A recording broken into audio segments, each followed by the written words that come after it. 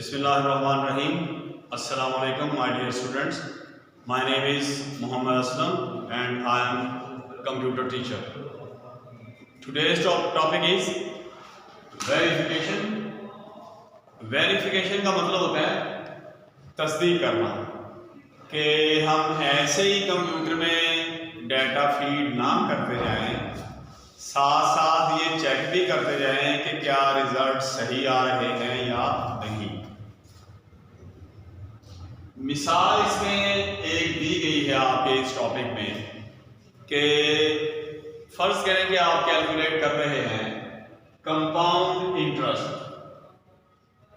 तो जो फॉर्मूलेशन आपने यूज की है, आप टेक्स्ट इसको इंटरेस्ट को कैलकुलेट करने के कई तरीके हैं और अगर आप फर्ज करें कि कंपाउंड इंटरेस्ट जो है वो कैलकुलेट करना चाह रहे हैं और कंप्यूटर में आपने फार्मूला को ऐसा यूज कर दिया है जिसमें वो प्लेन इंटरेस्ट जो है वो शो कर रहा है, तो हमें इन बातों का ख्याल रखना पड़ेगा कि आप आया के रिजल्ट्स के ऊपर नजर रखते हुए कि जो आप डाटा फीड कर रहे हैं उसके मुताबिक जो रिजल्ट्स आ रहे हैं, आया कि वो कंपाउंड इंटरेस्ट के हैं या प्लेन इंटरेस्ट के।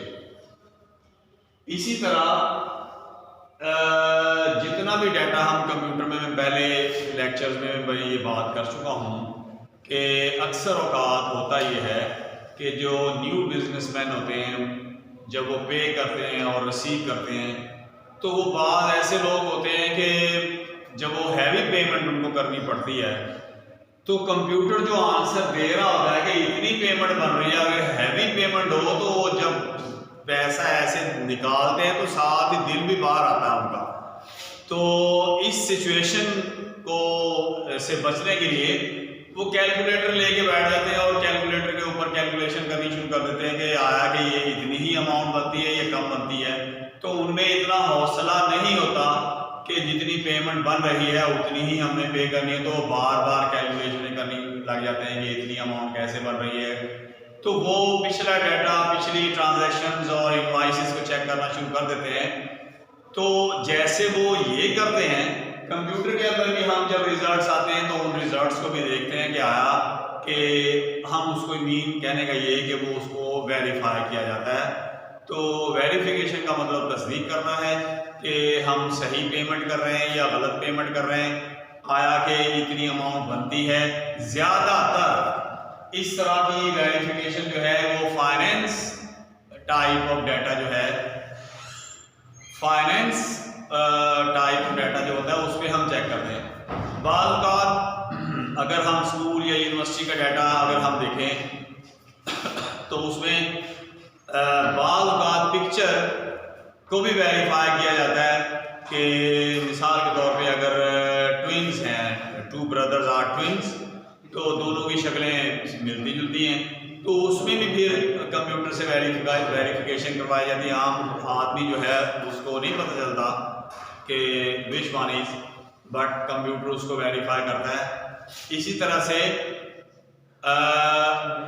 कुछ जो बायोमेट्रिक्स के तरीके भी हैं, जैसे थंब के ज़रिए से आजकल वेरिफिकेशन की जा रही है, क्योंकि हर पर्सन का थंब जो है अल्लाह ताला ने इसको डिफरेंट, इसका रो और कॉलम, मैट्रिक्स से कहते हैं रो और कॉलम, ड्राइंग रो और कॉलम से जो चीज़ मिल के बनती है उसको मैट्रिक्स कहते हैं। और बायो में जिंदगी, हयात। तो बायोमेट्रिक्स एक थंब ही नहीं है, हर शख्स का थंब डिफरेंट, आई बॉल का अंदर से जो कंस्ट्रक्शन है वो डिफरेंट, हर पर्सन की स्मेल डिफरेंट, हर पर्सन की वॉइस डिफरेंट, हर पर्सन का मिजाज डिफरेंट। तो these all are known as biometrics. तो बायोमेट्रिक्स के जरिए से भी वेरिफिकेशन की जाती है। और ये एक छोटा सा टॉपिक था जिसमें मैंने ज़्यादा मिसालें दे के आपको समझाने की कोशिश की है। मकसद ये होता है कि कोई हमें डॉज ना दे और हम भी किसी को डॉज ना दें। लोग डॉज देने की कोशिश करते हैं, तो डॉज से बचने के लिए हम इस तरह की जो है वेरिफिकेशन करवाते हैं। कुछ अर्सा पहले अफगानिस्तान से आए हुए यहाँ जो रेफ्यूजीज हैं उनको वापस भेजने का प्लान बनाया गया यूनाइटेड नेशन के ज़रिए से। उनको $5,000 देते थे और उन्हें कहते थे जाओ जनाब अपने मुल्क में जाओ, तो कारोबार करो। तो $5,000 लेते थे, अपने कंट्री में चले जाते थे और फिर किसी न किसी तरह वापस आके फिर लाइन में लग जाते थे और फिर 5,000 लेके फिर चले जाते थे। तो ये उन्होंने एक डॉज कर रहे थे। तो फिर जो प्रोग्राम कंप्यूटर में कंप्यूटराइज किया गया और उसमें हर शख्स जिसको 5,000 दिया जाता था उसकी आई बॉल को चेक किया जाता था। पहली दफ़ा उसकी तस्वीर ली जाती थी। अब जो दोबारा अगर वो आता था तो दोबारा उसको आई बॉल की पिक्चर देनी पड़ती थी, जिससे पता चल जाता था कि दिस पर्सन ऑलरेडी पेड। तो इससे वेरीफाई किया जाता था यूज़र को। तो ये आई बॉल, थंब और जो हर पर्सन की वॉइस है, स्मेल है, ये सारा बायोमेट्रिक्स के हवाले से कहा जाता है। इसके ज़रिए से आजकल वेरिफिकेशन की जा रही है। मुझे उम्मीद है आज का लेक्चर आपको समझ आया होगा। मज़ीद कोई इंक्वायरी, कोई क्यूरी, कोई रिक्वेस्ट आप पूछना चाहें तो मेरे नंबर पे आप मुझे टेक्स्ट कर सकते हैं। अस्सलाम।